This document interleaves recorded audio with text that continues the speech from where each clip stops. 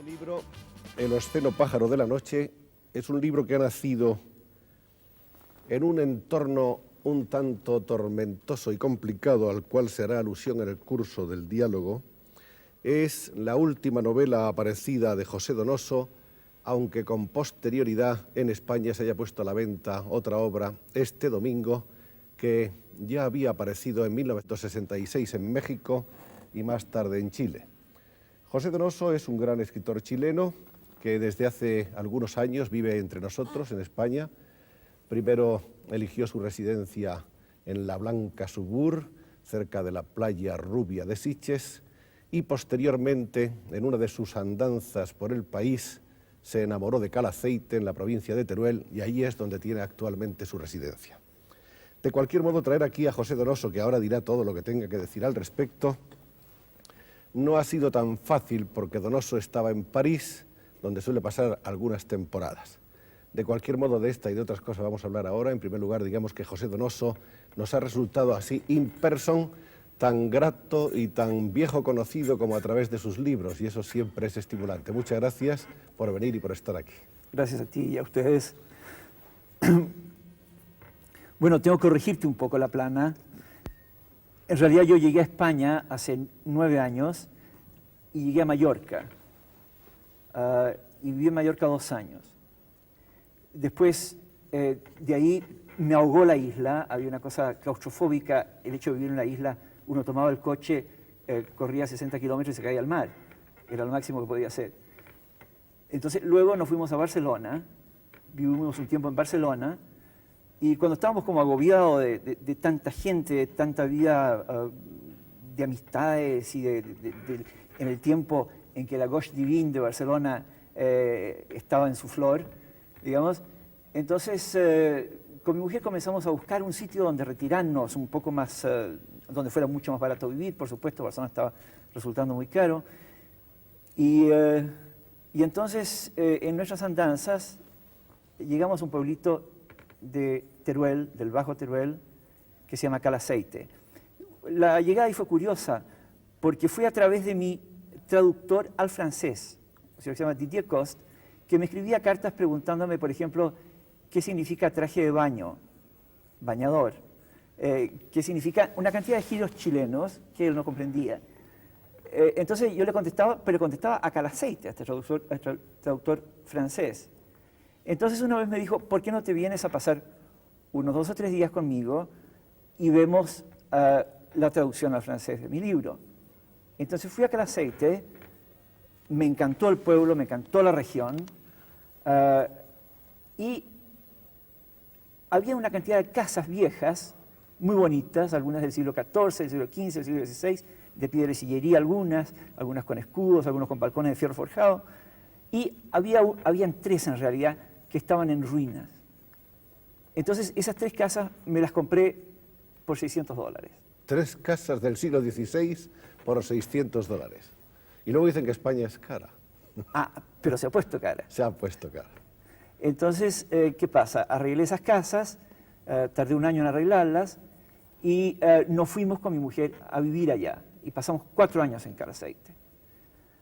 Después de eso, el año recién pasado, estuvimos 1 año en Estados Unidos, en la Universidad de Princeton y en la Universidad de Dartmouth, enseñando, y luego volvimos y nos instalamos en Sitges, recién ahora, donde estoy muy contento, por supuesto.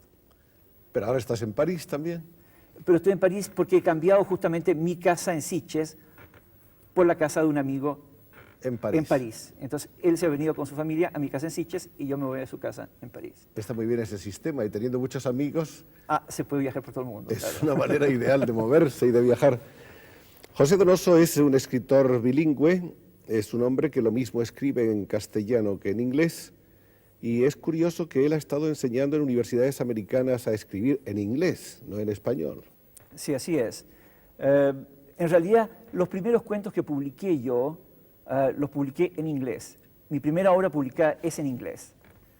Son 2 cuentos que publiqué en la universidad cuando era estudiante, en Princeton. Hice mi universidad en Estados Unidos. Y luego he estado volviendo cada tanto tiempo a Estados Unidos a enseñar en lo que allá se llama un taller literario. Es decir, la facultad de inglés, digamos, o la especialidad de inglés, tiene lo que se llama un taller literario. Es decir, gente que no que quiere estudiar la historia de la literatura, sino que quiere estudiar cómo se hace la literatura. Es decir, cómo se escribe, cómo es el fenómeno. Es decir, desmontar las novelas con un escritor real que les enseña su propia experiencia y al cual ellos les proponen sus propios proyectos y sus propios proyectos de novela y de cuento, y entre los cuales se lee y se critica esto. Esto se llama un taller literario. O sea que colectivamente y en grupo se hace la disección de la obra de cada uno de estos futuros escritores. Exacto, exacto. Y sobre la marcha se van corrigiendo sus defectos. Es decir, corrigiendo, dando ideas. Hablando de las influencias, de las posibilidades de buscar otras influencias, de no arrimarse demasiado a un palo, digamos, sino que variar un poco, moverlos un poco. Y para mí es una experiencia muy enriquecedora porque, claro, un hombre que ya tiene 50 años como yo, digamos, le gusta estar en contacto con la gente joven, no le gusta quedarse muy atrás. Entonces, esto, claro, lo pone en contacto uno con la gente americana joven, que es gente apasionante y muy interesante. Tanto que cuando llegué de regreso de Estados Unidos a instalarme en Sitges, he organizado en Sitges un taller de escritores, en castellano esta vez, naturalmente. Entonces, hay un grupo de 12 o 15 jóvenes escritores o gente que quiere ser escritor de Barcelona, que viene semanalmente y se hace exactamente el mismo trabajo. Pregunta probablemente difícil es ¿qué similitudes o qué diferencias, o ambas cosas a la vez, descubre José Donoso entre los jóvenes norteamericanos y los jóvenes españoles en sus talleres literarios? ¿Por dónde andan las cosas? ¿Hay un cierto paralelismo, un cierto sincronismo o más bien todo lo contrario? Yo diría que en los americanos tienen muchas cosas dadas ya, que los españoles están tratando de conseguir desesperadamente. Una libertad moral, una libertad política, una libertad intelectual que realmente a ellos les está dado, ¿verdad? Que les ha venido con una, digamos, la seriedad de las universidades norteamericanas, de las buenas universidades norteamericanas, son incomparables, digamos. Entonces, estos muchachos que generalmente ya han hecho sus primeros años de universidad, vienen con un bagaje en que han adquirido realmente un sentido de lo que es el humanismo, las ciencias humanísticas, digamos, realmente, en que han hecho trabajos, qué sé yo, sobre filosofía y sobre infinitas cosas, como parte de su creación como seres humanos. En cambio, el muchacho español tiene que conquistar esto a través de una lucha muy fuerte y que muchas veces lo desgasta y lo desalienta. Quiere decirse entonces, resumiendo, que hay distancia, que hay una cierta distancia. Yo diría. Incluso en las técnicas. Sí, sí. Por supuesto. Desde luego, por ejemplo, hay esto. El muchacho que estudia, por ejemplo, aquí, filosofía y letras, tiene una perspectiva bastante pobre al salir de la universidad. Es decir, no sabe qué hacer. Va a tener que hacer oposiciones, va a tener que esperar años, va a ser muy duro. En cambio, el muchacho que sale de filosofía y letras o lo correspondiente en Estados Unidos tiene un campo abierto que es realmente enorme. Entonces, esto mismo le da un elán, un mayor empuje, una mayor fuerza. Empuje, claro. Se proyecta con un mayor vigor. Claro. José Donoso es chileno, nacido exactamente en Santiago de Chile, el año 1924, en una familia, dícese, que de médicos y de abogados. Supongo que algo más habría que médicos y abogados en esa familia, ¿o no? Mi padre y mis dos hermanos son médicos. Mis dos abuelos fueron abogados. Un bisabuelo abogado. Yo soy la cuarta generación que pasa por la Universidad de Chile, lo que ya en Latinoamérica es bastante. Es mucho. ¿no? Entonces, mi casa ha sido una casa de, yo diría, una burguesía intelectual. ¿Hubo antecedentes en el campo de las letras? Así muchos. Muchos. Muchos, muchos. Ricardo Donoso, historiador, Armando Donoso, crítico literario, un tío, Eliodoro Yáñez, que fue político y escritor. Armando Donoso es aquel famoso escritor del Mercurio, Exacto. que yo no sabía si estaba o no emparentado Sí, es primo de mi padre. con nuestro invitado. Sí, Fue muy famoso en su tiempo. mucho, claro. Hizo una antología de cuentos, Exacto. hacía entrevistas, en fin. Muy bien, y entonces los primeros años de José Donoso estuvieron dentro de esa atmósfera, digamos, de preocupación y de inquietud intelectual. Mucho. Mi padre, un hombre encantador y débil, divertido, mal médico, buena persona, le interesaba más la literatura que la medicina, más la música que cualquier otra cosa tal vez, pero jamás hizo el esfuerzo de aprender música realmente.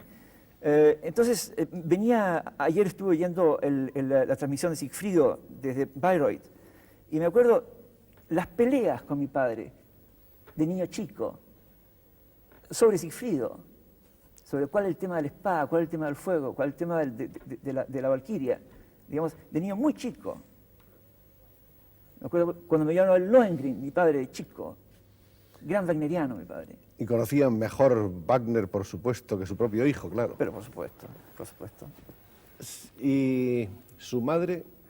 Mi madre pertenece a una familia de grandes inteligencias.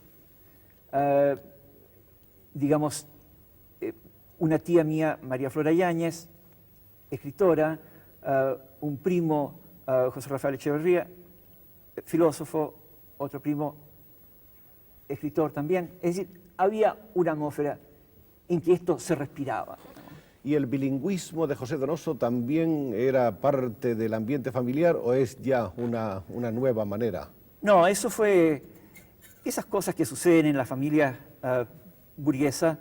Qué sé yo, mi mamá tenía una amiga que tenía un niño de misma edad que lo habían puesto en un colegio inglés. Yo tendría 7 años, que tiene un uniforme muy mono, digamos, con un uniforme de franela gris con un vivo azul. Entonces decidió que yo me tenía que ver tan mono como él, entonces me puso en un colegio inglés, ¿no? Entonces, pero no era por ninguna cosa digamos, para que aprendiera inglés, sino que más bien para lucir el uniforme. Para lucir el uniforme. Pero esto se transformó realmente en una vocación. Me pusieron institutriz, entonces a los 7 años ya había una institutriz en casa que hablaba inglés. Tanto que yo hoy día no sé multiplicar en castellano. Yo para multiplicar tengo que revertir al inglés porque aprendí las tablas primero en inglés que en castellano. ¿Hacia qué literatura se inclinó primero José Donoso? Hacia Decididamente hacia la inglesa. la inglesa. Y ha sido la vocación de toda mi vida. Y sin embargo, los que leemos los libros en español, por supuesto, de José Donoso, casi no entendemos que eso pueda ser pensado ni escrito en inglés. Es que no es pensado y escrito en inglés. Me acuerdo que Buñuel una vez me dijo: tú, hombre, tú eres el más español de todos los latinoamericanos, ¿no?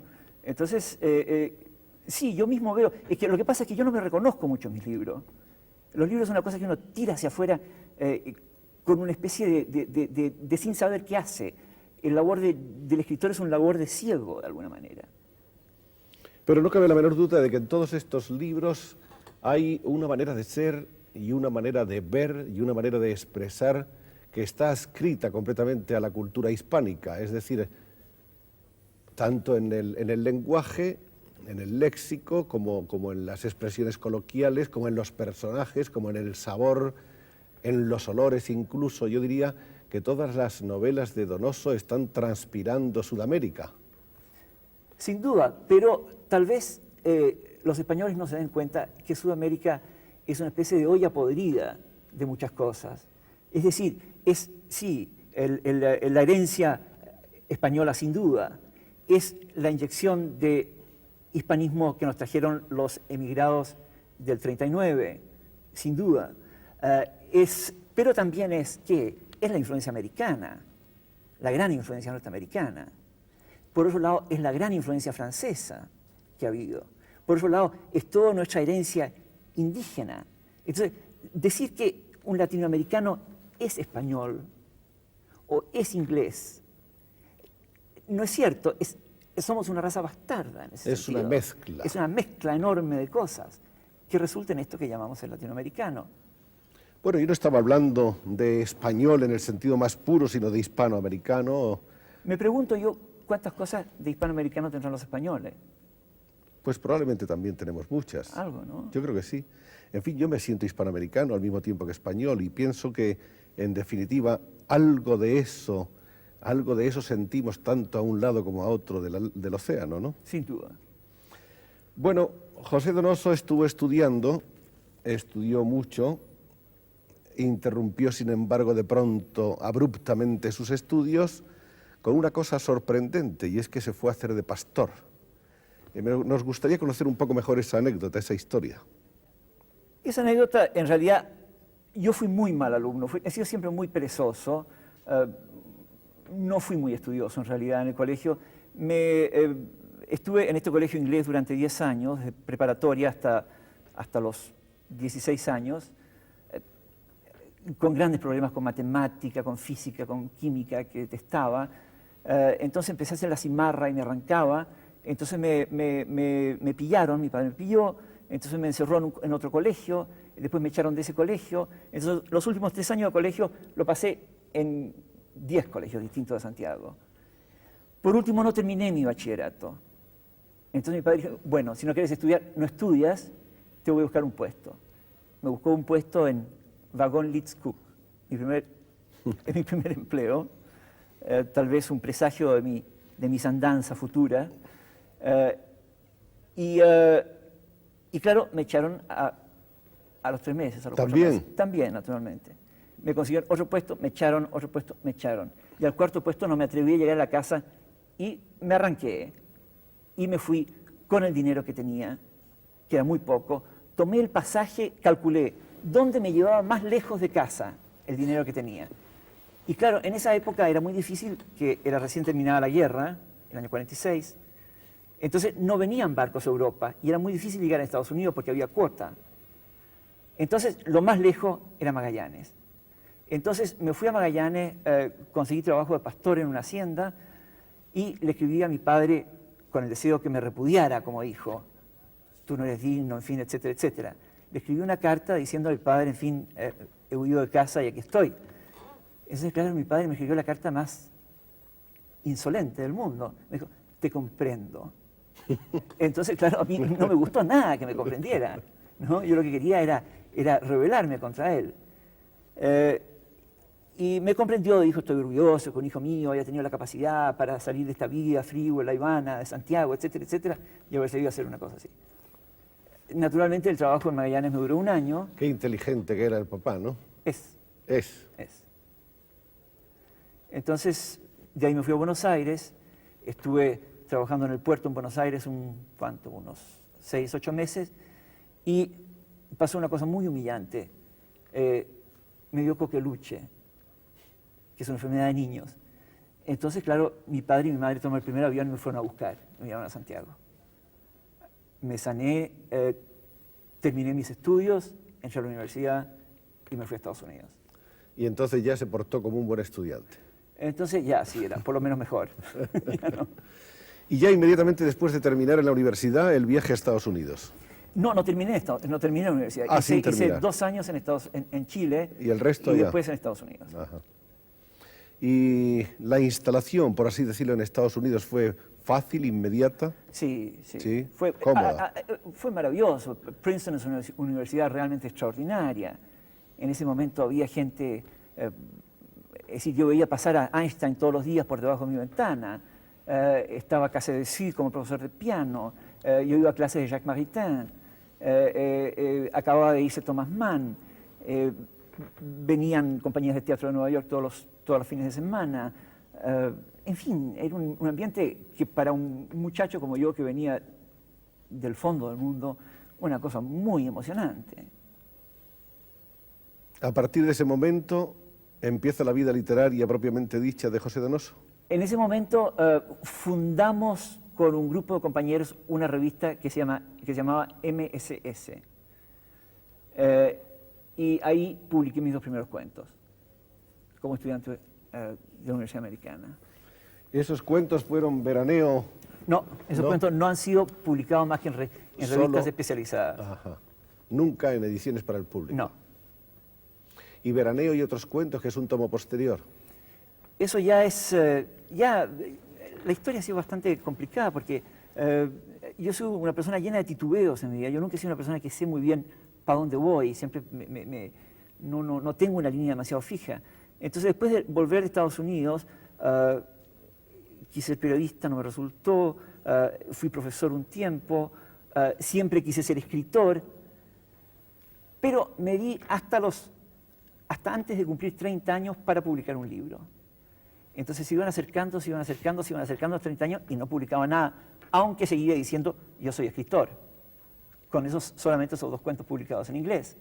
Y entonces, claro, ya veía que se acercaba la barrera a los 30 y dije, no, aquí se acabó. Entonces dejé mis trabajos, me encerré en una casa y escribí Veraneo, que publiqué a expensas mías. No, ninguna editorial me lo quiso tomar. Entonces, ¿qué hice? Tampoco tenía dinero propio. Entonces le dije a 10 amigas que vendieran, antes de publicación, 10 vales cada una para pagar la primera cuota de la edición de mi libro.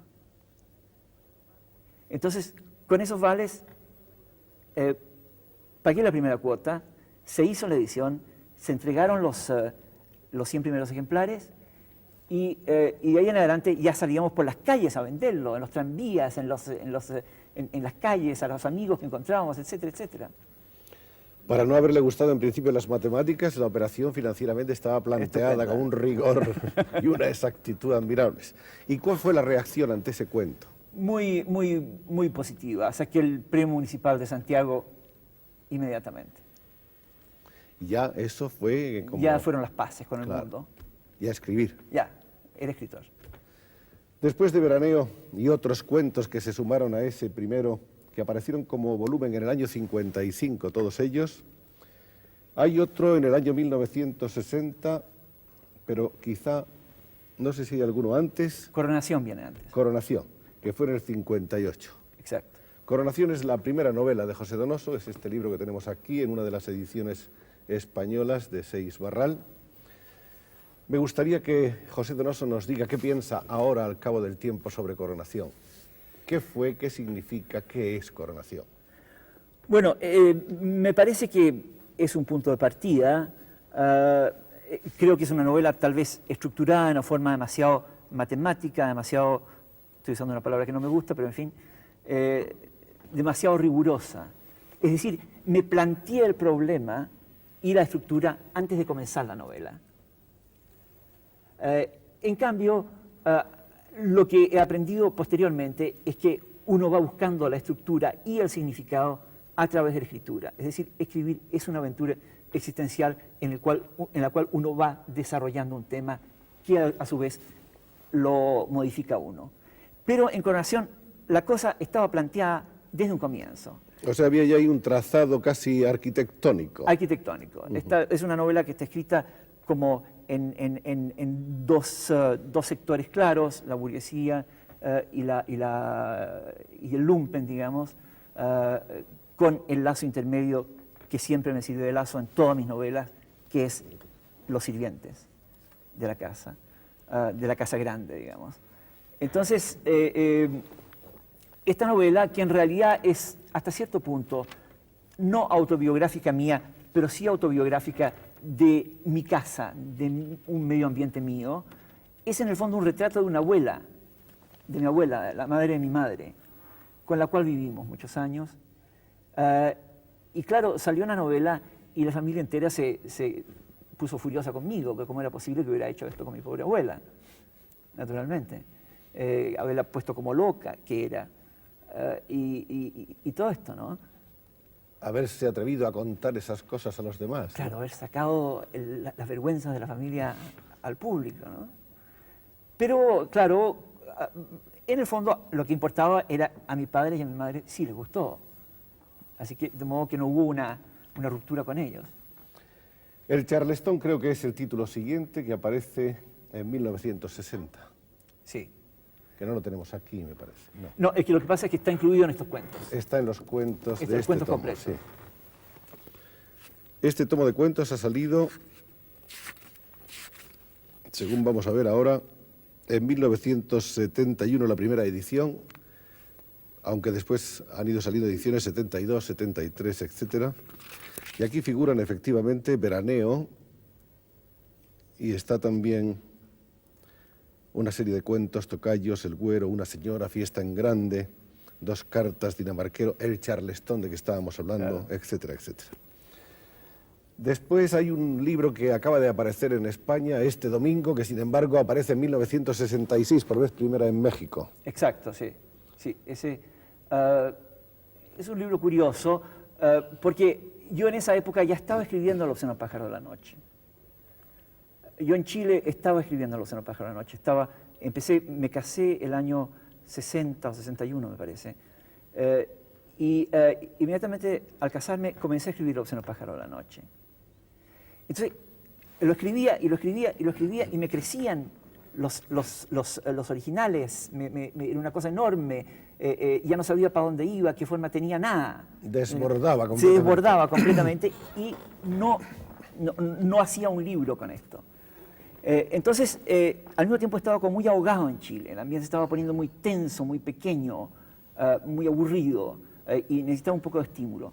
En ese momento me invitaron a un congreso literario en Chichén Itzá, en México. Entonces le dije a mi mujer, vamos. Y fuimos con una maletita de este porte y no hemos vuelto nunca más. Se acabó Chile. Se acabó Chile. Por un tiempo. En fin, se acabó, ¿no? Entonces ya no he regresado más que el año pasado cuando murió mi madre, por un par de semanas. Pero, digamos, la salida de Chile fue con esa maleta y fue por 2 o 3 meses, nada más. Entonces, en ese momento se iba a publicar la traducción al inglés en Estados Unidos de Coronación, la editorial Knopf. Entonces, nos quedamos haciendo hora en México con mi mujer. Y ahí, ya desesperado yo con no poder escribir, no poder terminar El obsceno pájaro, le saqué, como quien dijera, una ramita al obsceno pájaro, 8 líneas. Y dije, con esto voy a hacer una novela. Entonces, en realidad estamos hablando de este libro y no de este domingo. El lugar sin límites. Es el segundo libro, en realidad. Sí. Los dos los escribí en el mismo año. Entonces salí de Chile sacando una ramita de esa enorme cosa que era El obsceno pájaro de la noche. En 2 meses escribí este libro. De una brizna de ese árbol tan frondoso se desgajó otra novela. Eso. El lugar sin límites, que probablemente yo pienso que es una de las novelas más definitorias del estilo y de la manera de pensar y de escribir de José Donoso. Y puede que sea su novela más importante hasta hoy, ¿o no? Me parece por lo menos la más perfecta, la que tiene menos errores, la que está más completa. Muy redonda, muy bien terminada, Sí, yo pienso que sí. muy interesante, en la que no sobra nada ni falta nada. Exacto. Es una novela clásica, digamos. Exacto. Esa novela me han dicho que va a ser llevada al cine ahora. Sí, acabo de venderla al cine, sí. Coronación ya está hecho película en México. Parece que fatal. Mal, ¿no? Parece que fatal. ¿Y quién va a hacer El lugar sin límites? El lugar sin límites estuvo por hacer la Buñuel durante 6 años y me estuvo atormentando, que me llamaba que un día sí, que un día no, que otro día sí, que otro día no. Y durante 6 años tuvo la opción de esta novela, hasta que decidió no hacerla. Entonces se vendió a un joven, un hombre muy joven, que hace películas en México, Arturo Ripstein. Y no se tiene idea del staff ni de... No, nada, porque esto acaba de vender, esto acaba de suceder. Acaba de suceder. Acaba de suceder. De modo que es casi noticia de primera mano. Es primera mano, sí. Mientras tanto, el obsceno pájaro de la noche seguía dormitando, cocinándose. cocinándose, fermentando, Eso. esperando su hora también. Claro. Entonces, mientras tanto, también escribí Este domingo, que es lo que falta aquí. ¿Mm? También en México. También en 2 meses, perdón. Y mientras tanto, por detrás, estaba escribiendo El obsceno pájaro de la noche. ¿Qué es Este domingo? Este domingo es un poco también autobiográfico, es una historia de señores y sirvientes, es una especie de ironización de la caridad, es un poco la historia de mi madre, tanto que ella nunca la quiso leer, fue la única de mis novelas que nunca quiso leer, porque sabía que era un retrato suyo, y un retrato, según dicen, un poco cruel. Pero es un poco una ironía sobre la caridad, sobre lo que la parte negativa de la caridad, la parte egoísta de la caridad. El sentimiento tradicional, posesivo y egoísta de la caridad. Exacto. ¿Y por qué, sin embargo, José Donoso, que resulta ser un hombre tan fiel a su gente, tan enamorado en cierta manera de sus ancestros, es cruel cuando retrata a su madre o a su abuela? Porque creo que todo retrato tiene que ser cruel. Todo retrato tiene que ser cruel. Es inútil dar un retrato con un foco suave, como llaman, un foco fumado. Sí. Es decir, lo que me interesaba de mi madre no era el lado angélico de mi madre, evidentemente. Era el lado demoníaco de ella. Ciertamente en el caso de mi abuela. Entonces, era esta cosa demoníaca que hay dentro de los buenos sentimientos. El fermento de autodestrucción y de destrucción de los demás que existe en él. Interesante. Me gusta mucho cómo José Donoso hace este tipo de confidencias, que no son fáciles, por otra parte. En El obsceno pájaro de la noche, ¿qué retrato hay del entorno vital? Bueno, El obsceno pájaro ya es una cosa muchísimo más elaborada, muchísimo más compleja. Yo diría que tanto El lugar sin límites como Este domingo, incluso como Coronación, son novelas melódicas. Es una melodía fácil de seguir. En cambio, yo diría que El obsceno pájaro de la noche es una novela polifónica, coral, es una, en cierta medida, o quiere ser una novela coral, sinfónica. No es un solo instrumento, son cientos de instrumentos que están tocando al tiempo. Son muchas voces a un tiempo. Muchas voces a un tiempo. Y hay que oírlas a todas. Y qué difícil es orquestar todas esas voces, ¿verdad? La historia del obsceno pájaro tal vez sea curioso de relatar, porque ¿qué pasó con el obsceno pájaro? Seguí escribiéndola durante años y años y años, acumulando materiales, sin saber por dónde salirme, sin saber en el fondo cuál era la forma de lo que estaba escribiendo. Estaba escribiendo cosas que yo había vivido de niño, ciertas cosas oníricas, sueños, mostrificaciones, exageraciones de cosas que había vivido o que había pensado, etcétera, etcétera. Pero seguía amontonándose a mi alrededor así una gran cantidad de manuscritos. Luego estaba ahogado ya con eso. A este punto estamos en Mallorca. Llevaba 6 años de escribir El obsceno pájaro, sin verle salida por ningún lado. Entonces, ¿qué sucedió? Yo siempre he sufrido de úlcera, y mi úlcera siempre ha estado conectada con mi literatura. El primer ataque de úlcera que tuve fue cuando llevé Coronación, la primera edición de Coronación, debajo del brazo, donde el crítico más conocido de Santiago. Entonces, al llegar a la casa de este crítico, me dio un derrame de úlcera, ¿verdad? Entonces, de ahí para adelante he padecido de úlcera siempre que estoy tratando de terminar un libro. Tuve otro derrame al terminar Este domingo.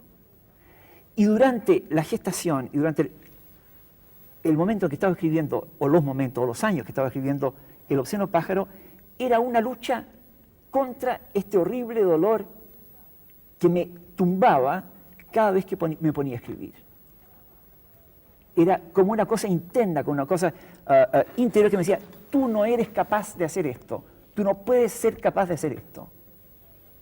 Te lo prohíbo. Entonces caía y me caía a la cama durante 2 meses, 3 meses, muerto de dolor de úlcera y sin poder trabajar. Entonces, escribir Los senos pájaros fue una pelea de la úlcera. Hasta un momento, en Mallorca, en que ya fue tal el dolor y la conciencia de que escribir para mí condicionaba este dolor y esta enfermedad, que le dije a mi mujer, bueno, ya no escribo más, se acabó, se terminó Los senos pájaros, se terminó todo, me voy de profesor a Estados Unidos. Mi mujer, que es muy sabia, me dijo, mira, si no escribes Los senos pájaros, no te vas a deshacer de él, no sacas nada con quemarlo como tú quieres, porque te va a quedar adentro. Sin embargo, le dije, no, me voy. Y me fui solo, dejándola a ella y a mi hija en Mallorca, y me fui a Estados Unidos. En Estados Unidos, en la Universidad de los Montes Rocosos, de Colorado, tuve un ataque de úlcera espantoso. El pájaro estaba ahí. El pájaro me estaba comiendo las tripas. Sí. ¿No? Que casi me mató. Entonces... Es una lucha impresionante. Es impresionante, es terrible. Entonces me metieron al quirófano y me sacaron la mitad del estómago. Pero sucedió una cosa muy curiosa, que para esto me pusieron morfina. Y sin saberlo ellos, sin saberlo yo tengo, parece, una alergia a la morfina. Y esto me produjo un episodio paranoico, esquizofrénico más bien, que me duró 15 días. Y estuve 15 días completa y totalmente loco, gritando en la clínica, abriéndome la herida, sacándome la sonda, corriendo por los pasillos, gritándole a todos los demás enfermos, váyanse que aquí nos quieren matar a todos, etcétera, etcétera, hasta que me tenía que meter en la camisa de fuerza. O sea, en pleno delirio. Pleno delirio. Sané del delirio, sané de la úlcera, volví a Mallorca, había perdido 25 kilos de peso, se me había puesto blanca la barba. Y, curiosamente, a este regreso, y después de esta experiencia total con la esquizofrenia, escribí El obsceno pájaro en 8 meses, de principio a fin. Ya sin molestia. Sin molestia de ninguna especie. Después de haber conocido, es decir, la locura me ordenó los materiales y me dio la forma del libro. Es fascinante, qué historia. De modo que ha sido una hazaña, ha sido una lucha epopéyica. Por lo menos para mí, y supongo que también para los lectores. Y biológica. Bueno, para los lectores es otro tipo de lucha. La novela ha sido un reto, un desafío para su autor, es también un reto a la inteligencia del lector, no cabe la menor duda. Creo, por otra parte, que dentro de la obra de Donoso es el título más importante, con todo y con tener obras muy redondas y muy completas, como El lugar sin límites, por ejemplo. Esta es una obra mayor y el título es bellísimo, el título es un acierto, es un hallazgo. Lo veo ya como título de una película también. También está haciendo, es decir, está hecho el libreto, están comprados los derechos, pero la película todavía no. El que me compró la película se la ha dado a Fellini, se la ha dado a tal y tal persona, pero no se atreven. Temen. Vamos a hacer aquí un pequeño alto, un pequeño paréntesis en la historia de creación de José Donoso para detenernos en un libro muy curioso, en un libro que en este momento, por esas cosas de la vida, se está traduciendo a varios idiomas y ha despertado una gran curiosidad. Se llama Historia personal del boom y es un examen del fenómeno del boom literario, de los verdaderos protagonistas del boom de la narrativa latinoamericana o hispanoamericana, cuáles son los que verdaderamente son protagonistas del boom, quiénes están metidos ahí con calzador. A mí me gustaría que nos explique un poco cómo pensó en este libro y qué se ha propuesto con él. Bueno, ese libro fue pensado un poco como vacación después del obsceno pájaro.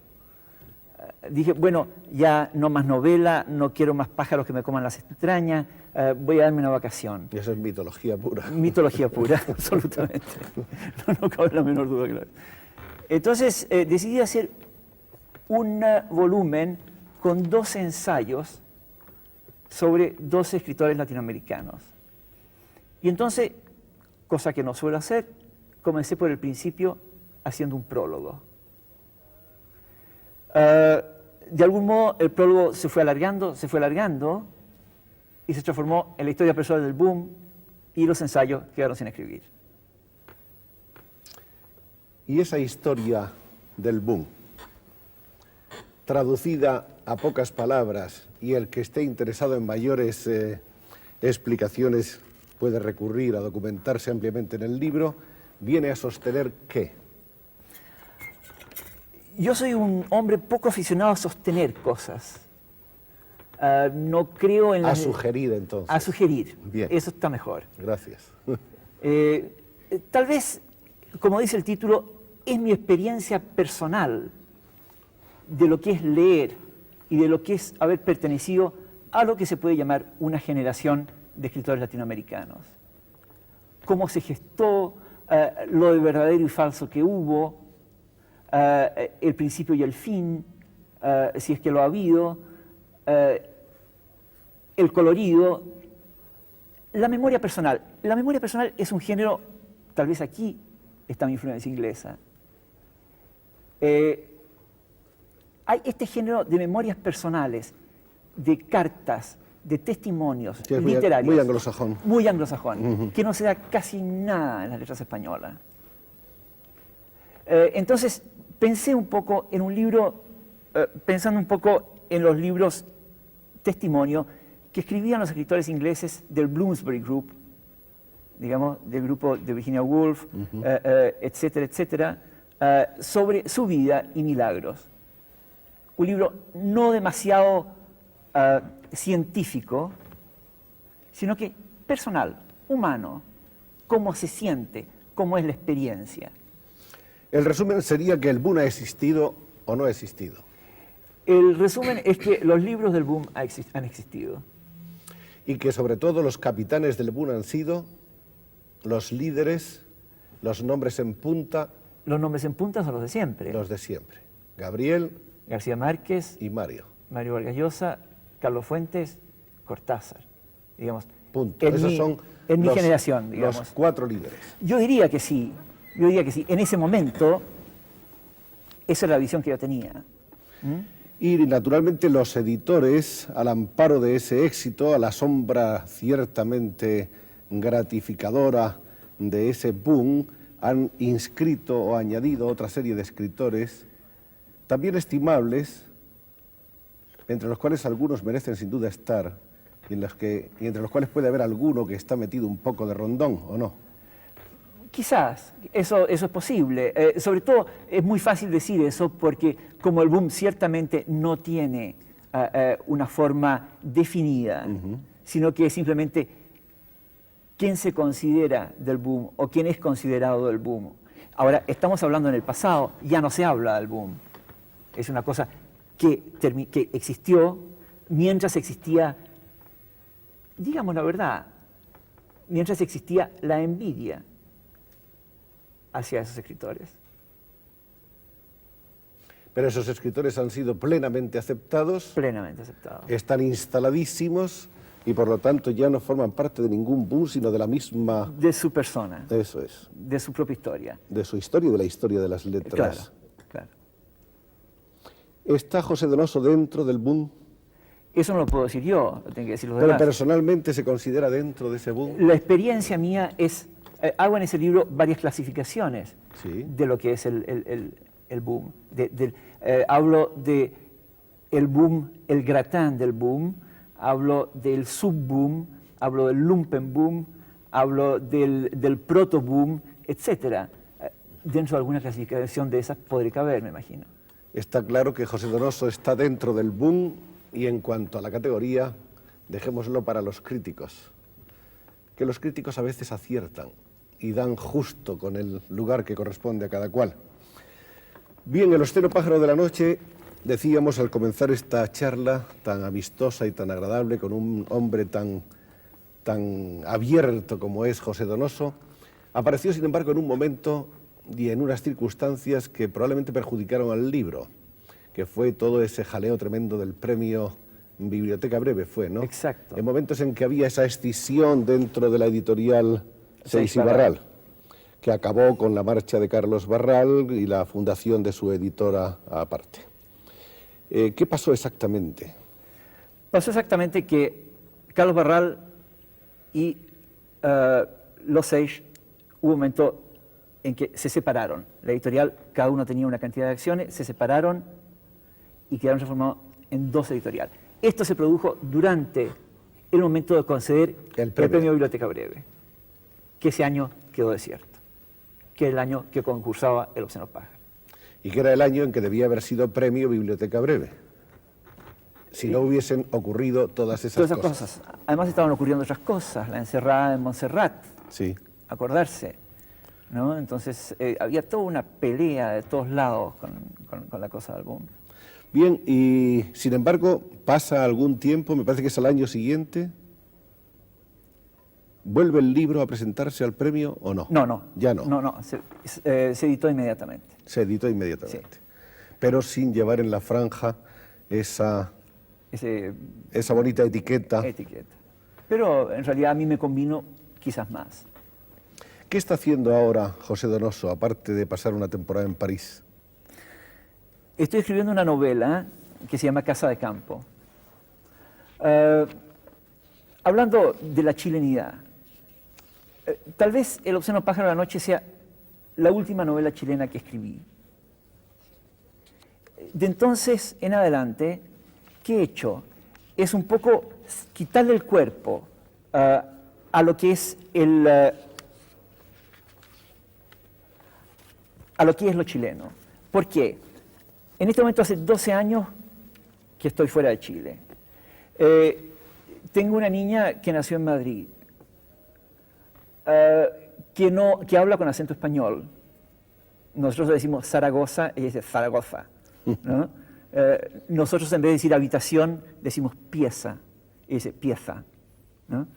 Y cosas así. Entonces, es española.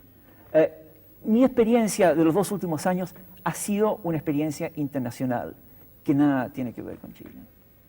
Entonces, para mí, yo no puedo seguir nutriéndome de ese pasado con el cual estoy muy emocionalmente cerca, pero no puedo eliminar mis vivencias de los últimos 12 años, sino que tengo que incorporarlas a lo que he hecho. Entonces, ¿qué pasa? Escribo la historia personal del boom, que no es un libro chileno. Luego escribo las 3 novelitas burguesas, que es un retrato de la burguesía intelectual catalana. Es un libro divertido, de 3 novelas cortas. Y claro, no tiene nada que ver con Chile. Ahora después, ¿qué ha pasado? Estoy escribiendo esta novela actual, que es Chile y que no es Chile. Es una novela que se llama Casa de Campo, en que son 35 primos hermanos cuya familia los llevan a veranear a una casa de campo y que un buen día los padres los dejan encerrados y se van. Entonces, son las distintas repúblicas que se arman entre los primos, los feudos, las intrigas, los odios, lo que pasa entre esos primos encerrados y dejados completamente solos por sus padres. La organización de un mundo especial entre los 35 primos interpares. Eso, de 6 a 16 años. Esta otra novela, El Obsceno Pájaro de la Noche, sí es una novela de Chile. Muy. Es una novela un poco de la degeneración y de la destrucción de la burguesía chilena, ¿no? Exacto, exacto. Y los personajes son unos personajes que al principio sorprenden mucho. ¿Quieres decirle para aquellos amables amigos que no hayan leído el libro quiénes están bulliendo, entre otros muchos personajes, en ese gran friso? Bueno, yo creo que hay 2 ejes centrales en ese libro. Uno es un personaje mutante, que es el Mudito, que es Humberto Peñalosa, que es el secretario de don Jerónimo, que tiene muchas transmutaciones siendo el mismo personaje, ¿verdad? Y el otro eje es la Peta Ponce, que es la bruja, la sirviente, esta imagen recurrente en casi todas mis novelas de la mujer destruida que destruye, que está en Coronación, que está en Este Domingo, que está por todas partes de mis libros. Entonces, este ser, que es una antigua criada de una casa grande, que es bruja, que tiene poderes mágicos, que tiene... es lo que yo he conocido. Yo conocí eso de niño. Eso quería preguntarte. Todo esto obedece naturalmente a una profunda Dios, introspección en tu infancia. Por Dios, por Dios, por Dios. ¿Y esas criadas Pero, han sido tus criadas? De alguna manera sí. Yo creo que es la esencia de todas las criadas. Fíjate, te quiero señalar una cosa. Sí. Mi primer libro de cuentos, que se llamó Veraneo y otros cuentos, no está dedicado a mi madre, ni a mi padre, ni a mis hermanos, ni a mis tíos. Está dedicado a Teresa Vergara, que no sabe leer, que es la criada que hizo de una segunda madre mía, que estuvo en casa desde antes que naciera yo y que todavía, después de la muerte de mi madre, sigue en la misma casa en que yo nací junto a mi padre, ¿no? Entonces, yo como persona educada dentro de la burguesía, con las limitaciones que ella tiene, no conozco al pueblo más que a través de este nexo que son las criadas. Entonces, es un nexo afectivo, es un nexo profundamente humano. ¿Por qué? Porque ellos trajeron hacia nosotros toda esa parte oscura, desconocida. O sea que toda esa comunicación del sustrato popular hacia arriba vino a través de la criada. A través de la criada y de las criadas. Y de las criadas. Y esa fue la manera que tuvo la burguesía de saber cómo eran las clases populares y cómo vivían y qué pensaban. Exactamente. José Donoso es un hombre que se expresa con alegría, con una sonrisa siempre, con una cierta vehemencia, con un cierto nerviosismo. Nos gustaría saber que no va a haber más pájaros que estén devorándole las entrañas. Que le devoren por otra parte, que le devoren horas de sueño. Mira, yo creo que pájaros van a haber siempre y entrañas van a haber siempre. Espero conservar mis entrañas, aunque se las devoren los pájaros. Esperemos el nuevo libro de José Donoso, Casa de Campo, y al término de esta entrevista, que no será la última si Dios quiere, felicitamos a José Donoso por su brillante obra. Nos ha entusiasmado tenerle aquí, nos ha emocionado oírle contar tantos recuerdos interesantes y nos parece estupendo que un gran escritor haya tenido también, como su padre le dijo inteligentemente en aquella carta que él ha tachado de insolente, que había hecho muy bien en irse a hacer de pastor o de estibador de los muelles de Buenos Aires. Muchas gracias, José Donoso. Gracias.